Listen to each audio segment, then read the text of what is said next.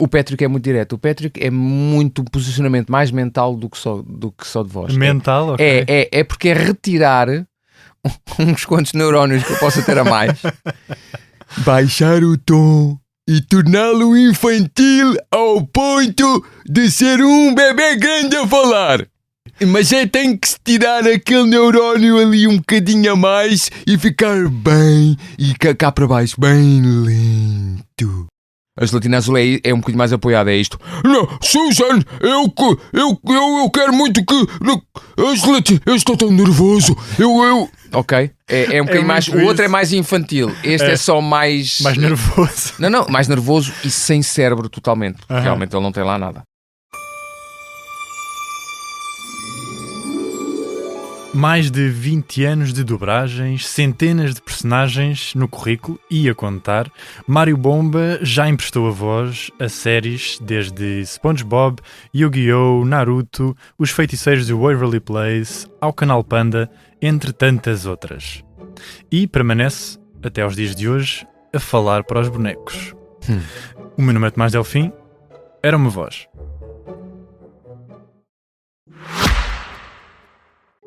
O Expresso tem uma nova subscrição que lhe dá acesso completo ao The New York Times, com atualidade, jogos, culinária e muito mais. E ainda aos conteúdos exclusivos da SIC Notícias, incluindo o Direto Vertical, a nova e inovadora emissão que se adapta ao seu smartphone. Subscreva em expresso.pt/digital. Expresso. Liberdade para pensar. Mário, olá, antes de mais, muito obrigado por teres aceitado o meu convite. Olá, muito bom dia. Muito obrigado por me teres convidado. Olha, Mário, tu que tens um leque tão vasto de personagens, Um leque que já não dá para contar, não é? Que perdes a conta. Dá, porque eu tenho um livrinho em casa com tudo anotado, porque eu sou esse tipo de pessoa. E à medida que vais fazendo, vais continuando Tudo. a anotar. Não, mas eu digo-te mais, episódio a episódio. Tenho um Como livro. É que é isso? Tenho um livro que me foi oferecido por um grande amigo meu e colega de trabalho, que infelizmente já não está entre nós, que se chamava Carlos Duarte, que me ofereceu, na altura, um caderno que lhe foi oferecido pela Fox, o canal, e nesse caderno da Fox, fica já um dia que vá para o museu, sei lá, se apetecer alguém meter no museu, se os meus filhos não quiserem ficar com aquilo. Bem, tu vende isso um dia. Mas não. Que tem lá, basicamente, tudo aquilo que foi, atenção, comercial, ou seja, tudo aquilo que eu faço ou de divulgação, ou seja, lá o que for, ou programa como convidado, etc, etc. Não, tudo o que é comercial está lá. Tudo o que eu fiz, cada episódio que dobrei ou que gravei, está lá. Bem, isso coube tudo num caderno só? Ainda não, porque ainda vamos continuar, mas sim, mas coube tudo num caderno só porque eu escrevo muito devagarinho e é um caderno muito grande. É um caderno muito grande. E pronto, como é que toda essa história que pelos vistos já está escrita, como é que isso achas que se transpõe para o teu dia-a-dia, sei lá, ou nas redes sociais? Ainda as pessoas ainda estão atentas a quem é a voz daquela personagem que lhes é tão querida? Eu acho que cada vez mais. Sabes que é uma coisa que eu até inclusivamente escrevi, acho que está na sinopse do próprio livro, que é, nós partimos, quando eu comecei a trabalhar nisto, nós éramos algo assim um bocadinho obscuro, era uma parte do meio artístico que estava assim meio ocultada, e que era assim quase uma fantasia, uma magiazinha que nós fazíamos que ninguém sabia bem como é que funcionava e que depois se transformou em algo que toda a gente quer muito saber e querem descortinar, que foi, isso estava na base da minha ideia inicial da escrita do livro, que é para descortinar um bocadinho aquilo que as pessoas queriam muito saber, como é que isto se faz, afinal, quem é que está por trás das vozes da bonecada, e não só, de séries de figura humana e filmes, sim. Etc. Tornou-se excitante para esta malta, tornou-se intrigante para esta malta querer saber o que é que estava por trás, como é que se fazia e quem é que fazia isto. Eu costumo dizer que passámos dessa obscuridade para um ponto de curiosidade e aí de querer participar muito, mais ou menos ativamente, percebendo, seguindo, cá está, a vida e o trabalho de cada um de nós, um bocadinho mais ativamente e tentar perceber como é que se desenrola isso. Achas que tem sido uma área que tem cativado ao ponto das pessoas, além de ter o interesse, de quererem aprender mesmo as questões que estão em torno da dobragem, de como é que se faz e querer mesmo trabalhar na área? Cada vez mais, malta a formar-se na área, a tentar fazer o equilíbrio de ser ator e especializar-se nesta área, que eu costumo dizer, nós somos um bocado uma cardiologia, uma especialidade da área, percebes? Ou seja, se estás em teatro, queres tirar uma especialização, queres ser dobrador profissional, convém aprenderes a técnica, aliares a tua técnica de ator à técnica e à mecânica do trabalho em estúdio de dobragem. E cada vez mais gente à procura disso, sim. Cada vez mais à procura de... E curiosamente... Todas as formações, não é? Exatamente. E curiosamente, pessoas, passa a redundância, curiosas. Ou seja, eu tive uns casos muito engraçados ao longo dos anos em formação, se me permitires que eu... Força. Então, um deles, que eu nunca mais me vou esquecer, aliás, várias pessoas a dizer, não, eu sou curioso, só quero muito saber, gosto muito de animação, não pretendo trabalhar nisto, quero muito saber como é que se faz. Pronto. E aparecem, e participam e tal, e levam aquilo como uma atividade, um workshop sim, mas levam aquilo como uma atividade de enriquecimento pessoal, e depois vão à vida deles. Outras pessoas que querem profissionalização, sim. Eu tive um caso muito curioso, um rapaz do Alentejo, vinha todos os dias do Alentejo para Lisboa, exatamente, para o estúdio, era fã de dobragens, mentira, vou corrigir, era fã de animação, sim é que é, fã de animação original, e juro-te que na entrevista ele disse o seguinte: eu quero vir aqui e paguei o curso porque eu quero saber porque é que vocês fazem isto que fazem e quero saber porque é que dão cabo dos originais que nós queremos todos ver e queremos ver o original em inglês ou seja lá o que for. E bem, então, ele pagou para isso. Ele pagou para isto. E eu disse, é justo, vamos embora, vou-te explicar como é que nós fazemos e vou tentar desmistificar aquilo que tu chamas o estragar, o que é que são os condicionalismos, os erros que nos acontecem, claro, que não são a toda a hora, obviamente, mas que acontecem de facto. E ele saiu de lá muito bem impressionado e saiu de lá a dizer assim, tens toda a razão, eu estava enganado, vocês estão muito bem, às vezes acontecem coisas ao lado, nós estamos habituados, alguns de nós estamos habituados a ver os originais e ficamos condicionados por isso. Muitos parabéns pelo trabalho que vocês aqui fazem. Há coisas que tu podes consultar no original e há coisas que tu vais ganhar muito na parte da animação e na parte da dobragem, na parte do nacional, nomeadamente, obviamente, como é lógico, a faixa etária que não te vai ler legendas, que não percebe inglês, não percebe francês, não percebe japonês e que vai querer viver a animação, que é muito para essas pessoas que nós estamos a trabalhar. São para as pessoas que hoje em dia, algumas já com barba rija, me abordam e dizem, Mário, muito obrigado por toda a infância que representa para mim, e que eu fico com aquele misto de muito agradecido e pensar assim, caramba, um gajo de barba feita a dizer-me isto significa que eu já estou aqui há algum tempo. Já cá estou há algum tempo. É um efeito nostálgico, não é? Exatamente.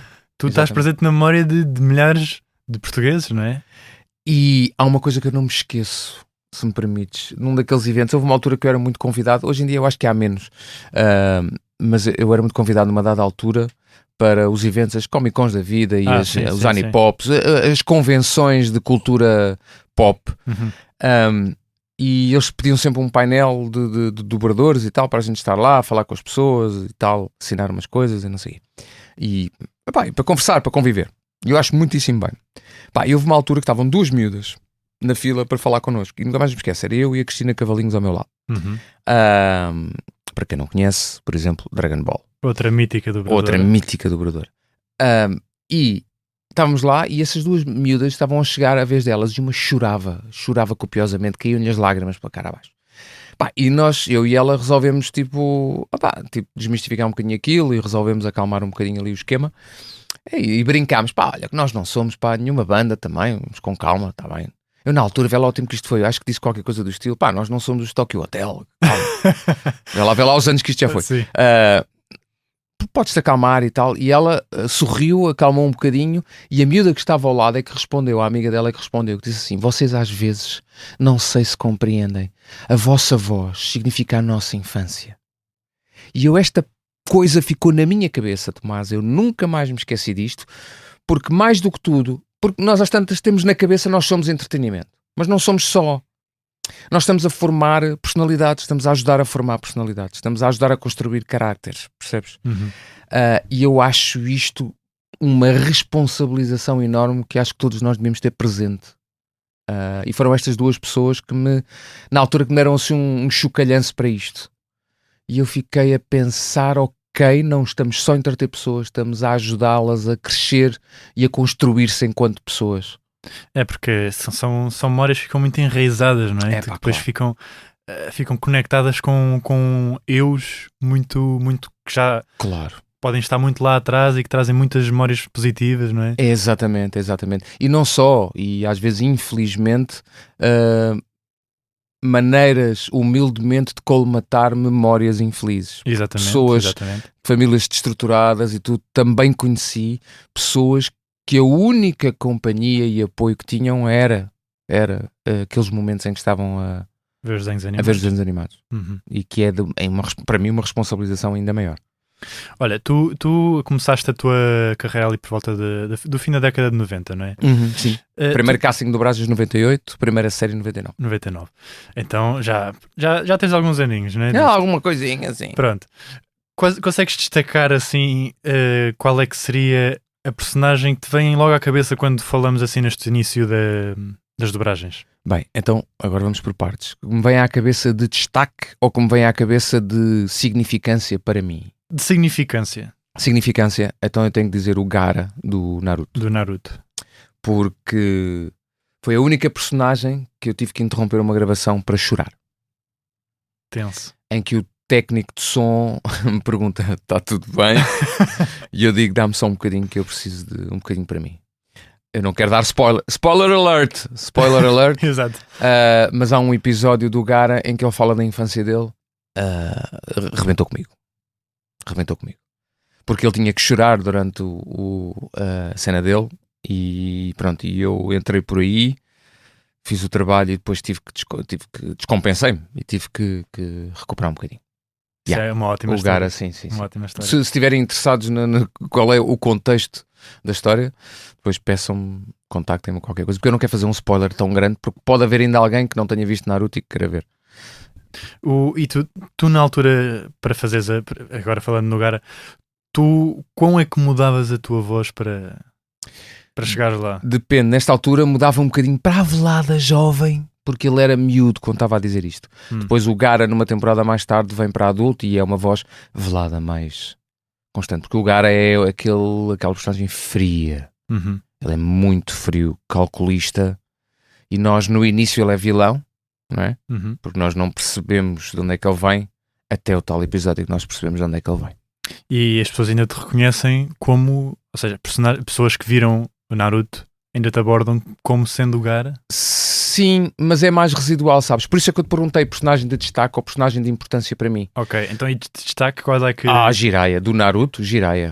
Do Naruto especificamente, Jiraiya. Ok. O ermita tarado, claro. Exato. E de destaque, regra geral de séries, olha, vou-te dizer Yu-Gi-Moto. Vou-te dizer Patrick Star. Vou-te dizer a gelatina azul do Monsters vs. Aliens, exatamente. Sim. E vou-te dizer uma que pode ser surpresa ou não para algumas pessoas, que não é de uma série, é de um jogo, que é Sly Cooper. Claro. Sly Cooper, icónico. Neste momento está destacado, ou seja, passa inclusivamente à frente de muita animação. Percebo perfeitamente, na altura em que gravei o primeiro jogo, nunca estaria à espera, quando fui escolhido, dirigido, se não estou em erro, por Paulo Espírito Santo. Sim. Que fazia o meu comparsa também. Exatamente. E, eu estaria anos de luz. Realmente isto é uma coisa tão complexa. Eu jamais estaria à espera de... São tantos fatores. Jamais estaria à espera que isto ultrapassasse outras questões de ficção. Olha, para mim uma surpresa foi... porque eu nunca diria. Porque nunca diria no sentido de... Nunca consegui fazer a conexão entre essas duas personagens, por exemplo, que tu fizeste, porque pensando no Yugi, por exemplo, que eu consigo ouvir a tua voz lá. Sim. Não consigo ouvir a tua voz no Patrick No Patrick, Não sério? não consigo, no sentido... E eu acho que isso é bom, porque está camuflado de tal ponto que parece... Mas sabes que é uma estrutura. Há vozes que eu. Pronto, agora eu não quero ser demasiado técnico, mas Não. há vozes que nós construímos que são um bocadinho mais complexas até que o Patrick. Lembro-me de uma personagem. Eu dou muitas vezes na formação o exemplo de como construir uma voz em segurança é quase como misturar cores de uma paleta. A cor X, a cor Y, a cor Z, para dar a cor W, a cor composta W, percebes? Eu costumo dar muitas vezes o exemplo o Clarence, sim. em que eu componho aquilo em várias fases. Eu já vou demonstrar se quiseres. Mas o Patrick é muito direto. O Patrick é muito um posicionamento mais mental do que só de voz. Mental, ok. É porque é retirar uns quantos neurónios que eu possa ter a mais, baixar o tom e torná-lo infantil ao ponto de ser um bebê grande a falar. Espetacular. Pronto. Sim. Mas tem que se tirar aquele neurónio ali um bocadinho a mais e ficar bem, e cá para baixo bem lento. Que é para não ser, porque ele às vezes fica muito rápido e atropela-se ao próprio e deixa de correr e depois vai lá para baixo. Ele é um personagem ao ralenti, mas de composição não é mais complexa.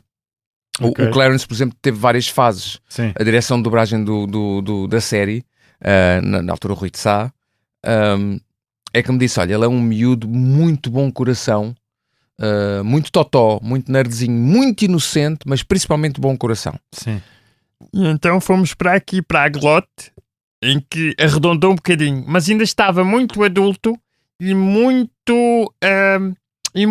pouco lento de ideias. Certo. E então então isso for um defeito de fala misturado aí. E foi aí que nós chegámos aqui. Esta parte com saliva que ajuda muito à construção. Bem, um dia inteiro a falar assim... Sim, temos que ter umas pausazinhas e tal. Claro. Principalmente, obviamente não por causa da saliva, mas por causa da glote. Que é para aqui, para encostar aqui atrás. Isso é espantoso. O Yu-Gi-Oh! Foi uma série, um anime que acompanhou. Foi ali no início dos anos 2000. Foi 2000 precisamente, acho eu, começou. Tu, e como era, não sei se seria uma moda ou se ainda se é assim hoje, ainda tu fazes muitas personagens na mesma série e vários dobradores faziam várias personagens na mesma série. Não é uma moda, sabes? É uma coisa chamada... Era uma necessidade. É uma coisa chamada orçamento. Orçamento finito, é como se chama. Pronto. Sabes que nós nem sempre sabemos quando uma série vai ser de culto. Nós recebemos uma série, sim, claro. Vamos gravar. Algumas nós já conhecemos anteriormente, tanto sabemos. Noutras nós pesquisamos e percebemos que é. Noutras nós não temos bem a noção. E então recebemos essa série. Mais uma vez, isto foi gravado num estúdio que já não existe, que era a City Som, que era do meu querido amigo Carlos Duarte, que eu falei há bocadinho, uma das pessoas a quem eu dedico o livro, porque me deu essas oportunidades todas. E então nós fizemos quase uma troca de préstimos. Então o que acontece? Ele disse assim: Bomba, tenho aqui... Aliás, ele disse assim: Bomba, eu tenho aqui uma série.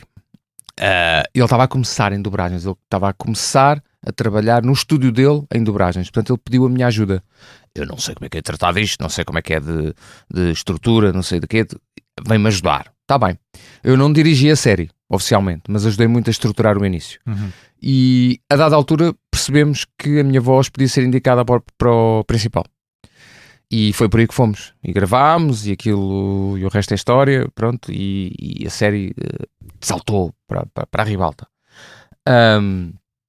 Entretanto, não sabendo disto, o Carlos tinha o orçamento normal que se faz para uma série, inclusive uma série daqui, entre aspas, deste núcleo de empresas onde nós estamos agora neste momento, não é? Aquilo foi uma série da SIC Capa na altura.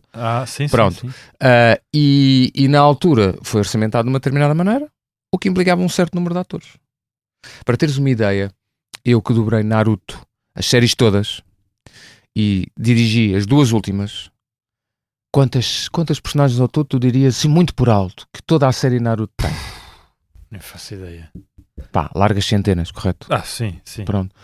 Os elencos nunca tiveram menos de 6 pessoas, mas também nunca tiveram mais de 8. Bem, isso é toda uma ginástica Que temos que construir. Sim. Por isso é que dirigir aquilo é complexo e eu tenho que me apoiar, porque o argumento daquilo é tão denso, no sentido de ser bom. Uhum. É das coisas mais bem escritas que me passaram pelas mãos, o Naruto. Só que aparece uma personagem no episódio 32, por exemplo, que aparece como Aldeão 37. Uhum. E está lá. E passa para a aldeia, diz bom dia e fica a olhar para uma das personagens antes de se ir embora. E eu, já sou rato, fico a ver, este gajo tem mais do que aquilo que possa parecer. E vou pesquisar.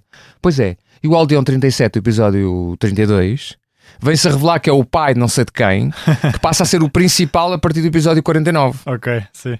Então eu tenho que ter muito cuidado na distribuição disto, que eu não posso dar a um ator qualquer. Imagina que eu dou, como é uma fala só, o gajo só diz bom dia, vou dar um dos atores qualquer. E dou ao ator, por exemplo, que também faz de filho dele. E estou tramado 20 episódios depois porque tenho o pai a contracenar com o filho.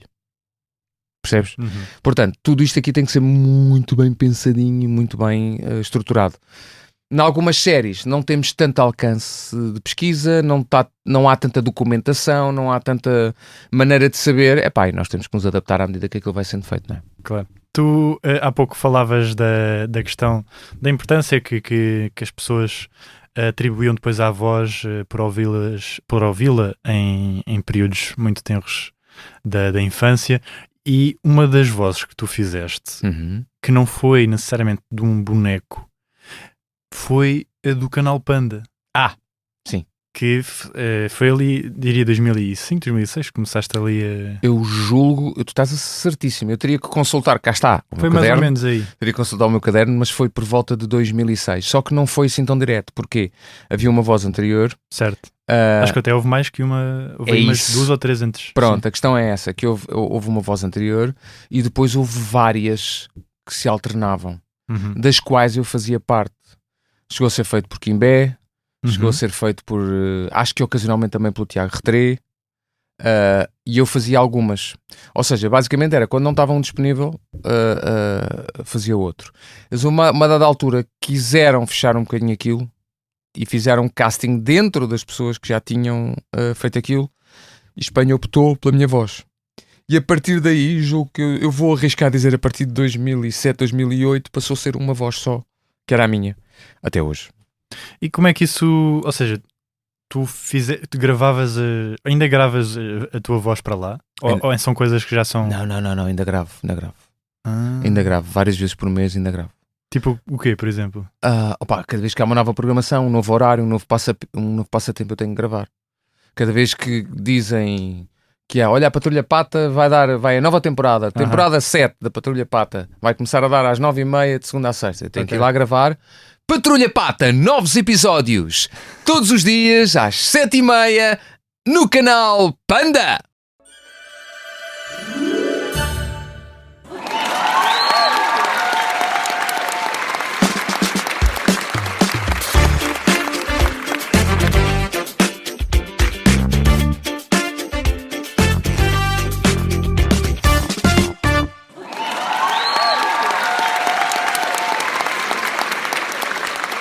Sejam muito bem-vindos à primeira e última emissão do programa A Falar para os Bonecos de universos completamente diferentes e que nada têm que ver um com o outro.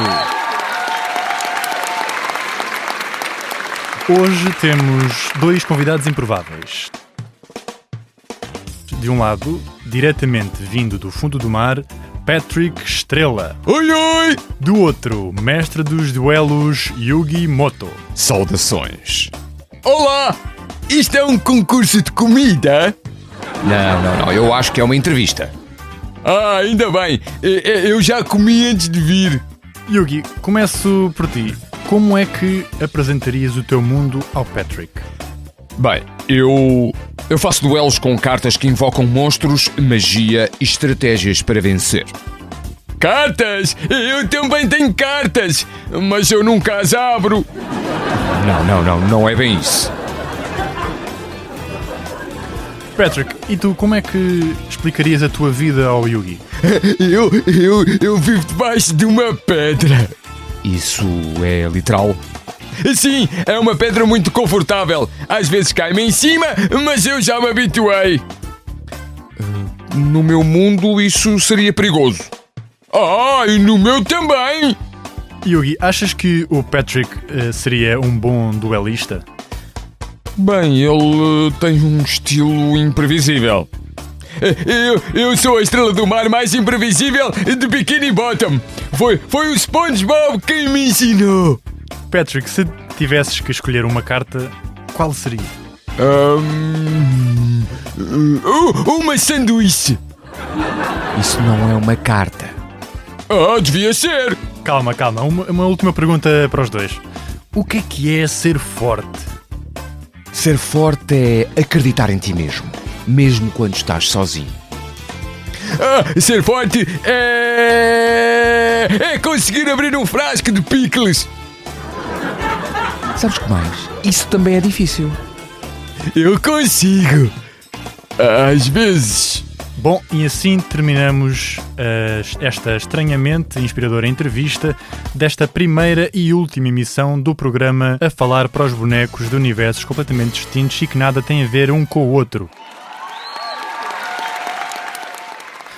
Muito obrigado, meus senhores. Posso levar uma coisa de recordação? Por favor, não leves o meu baralho. Ok. Então eu vou levar a cadeira. Não, espera aí. Até logo!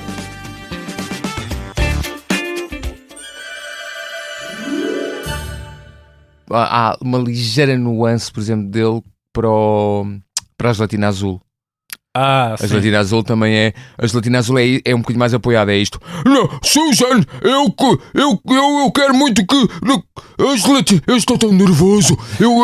Ok. É um bocadinho mais. O outro é mais infantil. Este é só mais. Mais nervoso. Não, mais nervoso e sem cérebro totalmente. Realmente ele não tem lá nada. Sim, exatamente. O teu livro.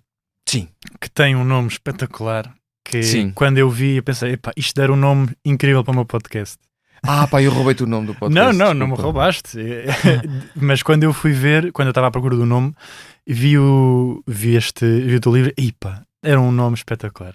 Porque faz todo o sentido, não é? Sim. E é super, e é cómico, e é uma frase que as pessoas têm na cabeça. Mas... Sabes como surgiu e sabes quando tu estás a passear ideias pela cabeça e de repente vem aquela que eu tenho a perfeita noção de que não é uma ideia, aquilo estava ali à espera que eu escolhesse, estás a ver? Que é aquela. Então aquilo pau. E as outras todas perderam o sentido. Perderam o sentido. Acabaram por não acontecer, sim. E o que é que explotou a vontade desse livro? Além do facto de ser lançado ali por volta de quando fizeste 20 anos de trabalho, não é? Sim, mas olha que não teve diretamente a ver com nenhuma efeméride ou de 20 anos de carreira, ou seja lá o que fosse. Não, foi muito... Eu já tinha tido a ideia antes e tinha começado a escrever umas linhas, mas depois outras coisas passaram à frente e tal e acabou por não acontecer. Mas entretanto, em 2020 aconteceu uma coisa chamada pandemia. Já ouvi falar. Fomos, não sei se te lembras, mas fomos todos para casa. Eu tenho muita dificuldade em estar quieto. E então, além de fazer bolos e pão, que foi aquilo que todos nós fizemos em casa, eu acabei por me sentar e, juro-te que no espaço de... Não chegou a 2 meses, aquilo escorreu dos dedos, estás a ver? Foi assim, escorreu dos dedos e foi mais trabalho a editá-lo depois, a emendar coisas e tudo, do que propriamente na escrita por si. Sim. Eu aproveitei o facto de estar em casa para fazer aquilo, para escrever aquilo. A segunda grande razão foi o facto de eu achar que era pertinente, numa dada altura, havia espaço para ele, estás a ver? Havia espaço para ele. Porque foi aquilo que nós dissemos ainda há bocadinho, nós estávamos a caminhar nessa altura para sair da tal obscuridade para uma coisa que toda a gente queria muito perceber e estava na moda. Foi quando nós começámos a convidar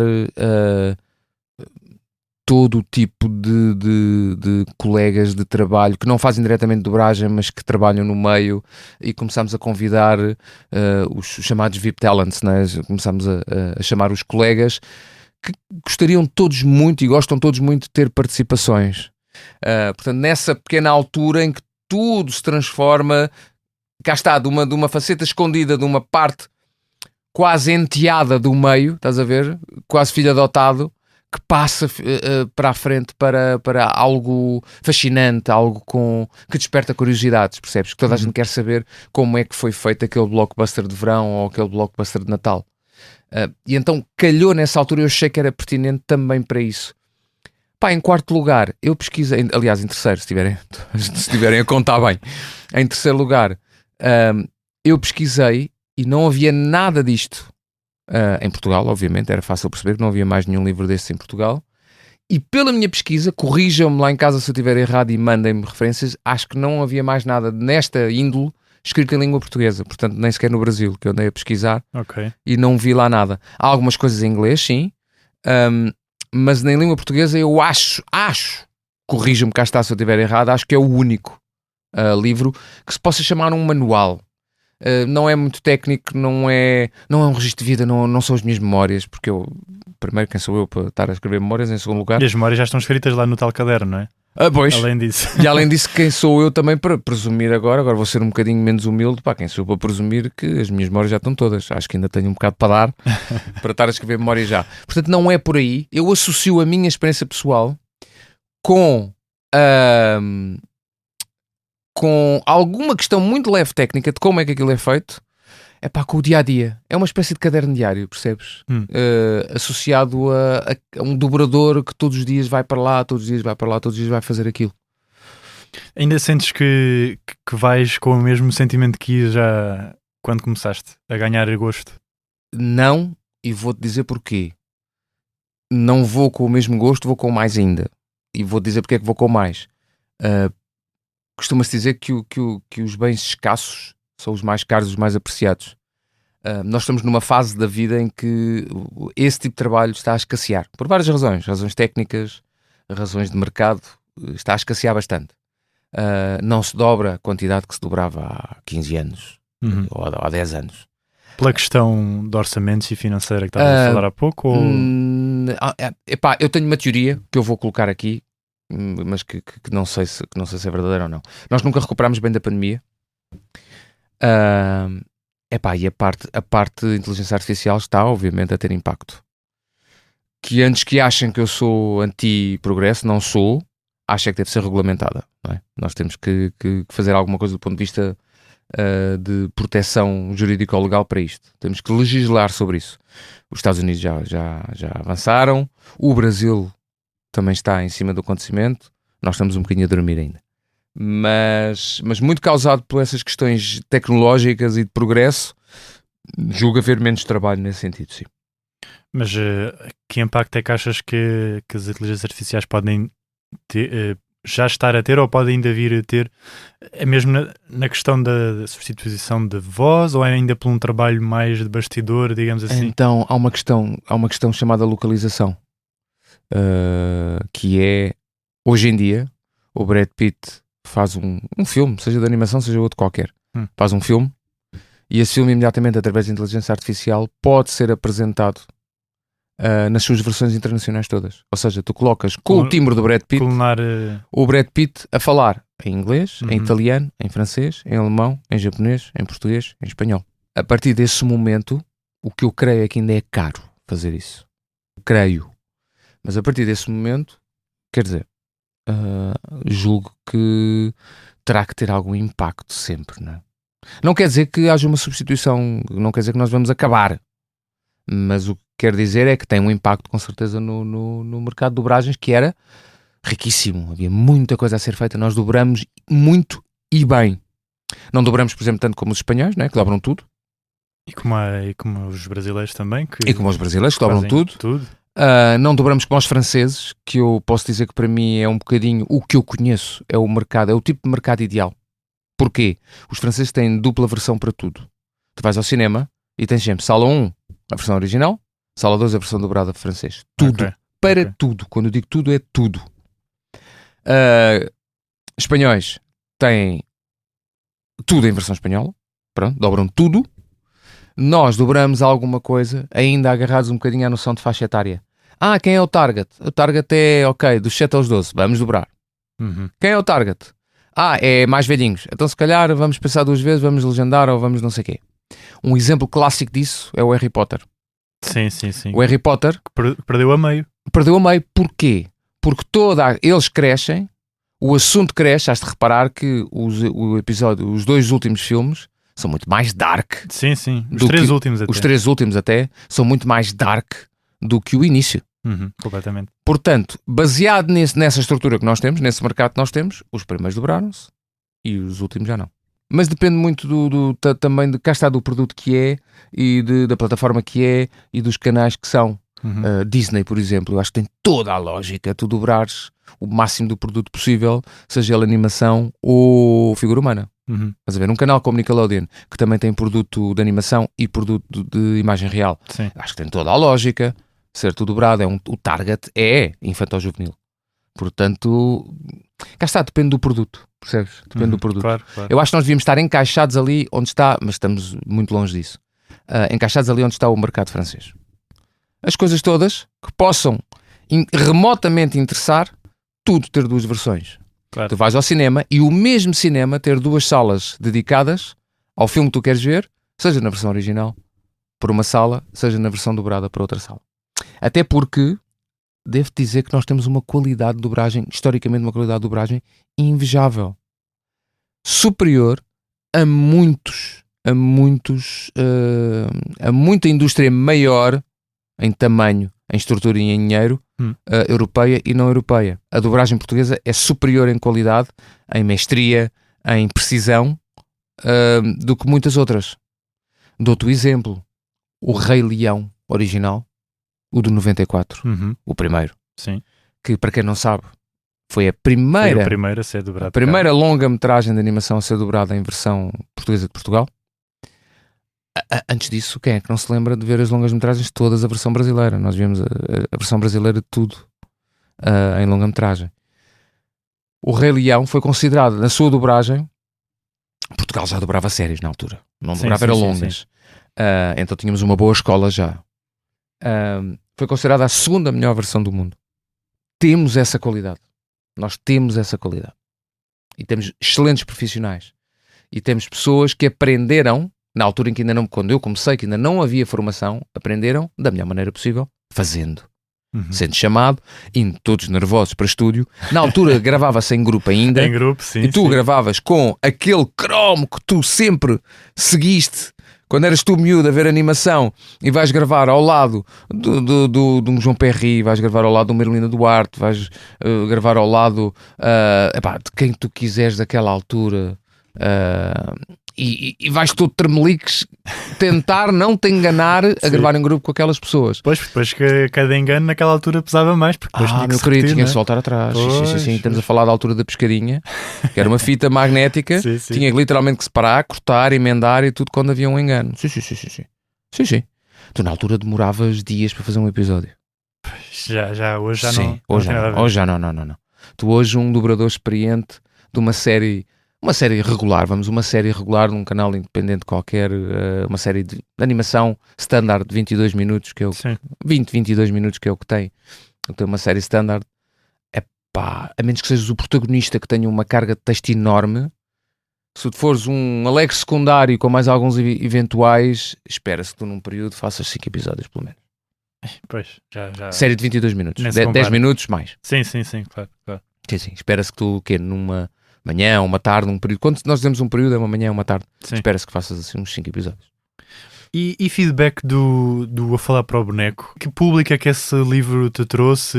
Que público ou que mensagens é que esse livro te trouxe a ti? Recebi... Bom, primeiro que mais nada, feedback do ponto de vista editorial, muito pouco. Porque também não se esforçaram muito, a editora não se esforçou muito na altura.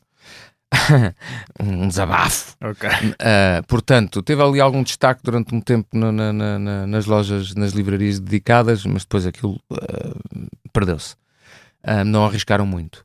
No entanto, onde eu tive um maior feedback, inclusivamente vendas, pá, que eu vi uma arrasca, tive por gente a ajudar-me, foi obviamente online. Foi malta que foi sabendo, redes sociais e tudo, e que me encomendou livros. Eu e pessoas que me ajudaram, nunca naquele período, enviei mais coisas pelo correio do que no resto da minha vida toda. O feedback de quem leu e que devolveu cá está, me deu o feedback, pronto, que me devolveu a informação, foi leitura leve e compelling, tipo, dava vontade de continuar a ler. Sim. No sentido de não era nada denso, que eu também não queria que fosse, não entra em grandes pormenores técnicos, e é muito dia a dia e com pequenas curiosidades. Houve uma ideia que a própria editora me deu, que foi uma colaboração fixe deles, que foi colocar curiosidades no meio, do estilo, durante a prosa, a partir lá do meio aparece lá, sabes que a maior parte, pequenas curiosidades, Sim. sabes que a maior parte das vozes de crianças em dobragem é feito por atrizes, por dobradoras, ou sabes que a maior parte das cenas de simulação, entre aspas, de afogamento em dobragens é feita da seguinte maneira: o dobrador bebe água e fala com água na boca, pronto, etc. Essa eu não sabia, ok. E que cenas de beijo, para parecerem reais, são feitas nas costas das mãos, que é para não ser, isto é um beijo seco, não é? Sim. Mas se eu fizer isto, já não é um beijo seco. Já passa a ideia de haver contacto de pele. Sim. Etc. Pequenas curiosidades dessas que...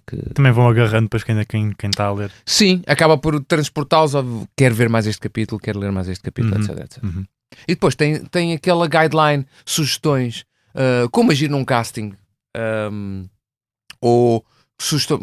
Calma, como agir, não quer dizer que eu seja quem sou eu para dizer como agir num casting, mas a minha sugestão, porque é um bocadinho a extensão da formação que eu dou. Eu esqueci-me de dizer isto. O meu livro também é um bocadinho a extensão da formação que eu dou. É como se fosse o caderno diário de várias sessões do curso.